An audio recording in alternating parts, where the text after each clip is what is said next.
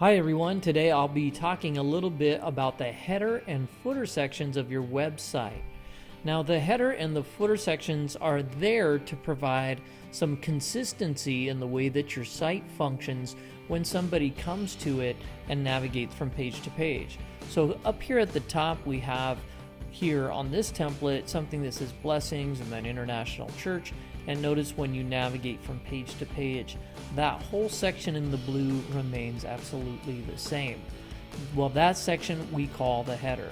If you navigate down to the bottom of the page, we have another section. This section here this time is black, and this is called the footer. And if you notice, once again, when I navigate to another page of my website and I scroll all the way to the bottom, you'll see that the footer remains the same on each page.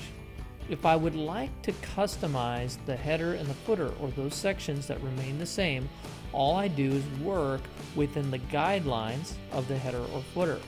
I can increase or decrease the height of my header using this handle located right here. I can also do things like add images or text to my header or footer, or even an icon. So for this example, I'm going to choose an icon to add to my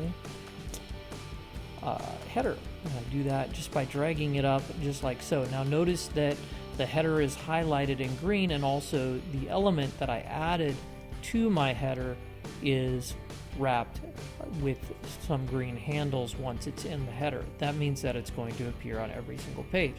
When I save my changes, you can go over to View Site, and you can see when I navigate from page to page, I now have my little logo or icon that I added, and it appears in the same way on every single page. Likewise with the footer, I can add an icon or something to the footer.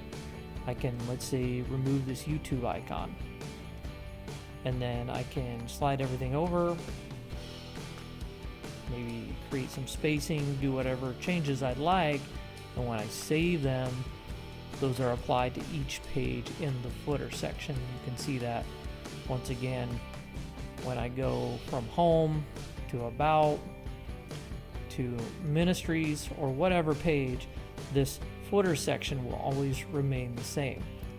To add something to the footer, you need to hold the shift key and drag, and that's because otherwise if you take, let's say, an element like a text box and you bump it directly into the footer, it'll just push down the body section of the page.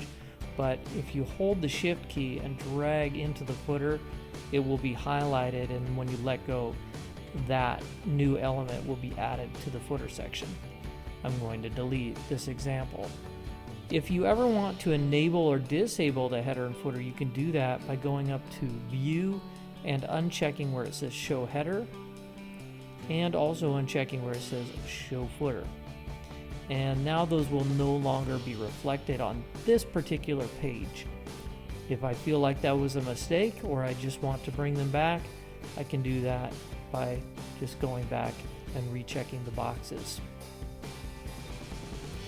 So there you have it, a header and footer in WebStarts.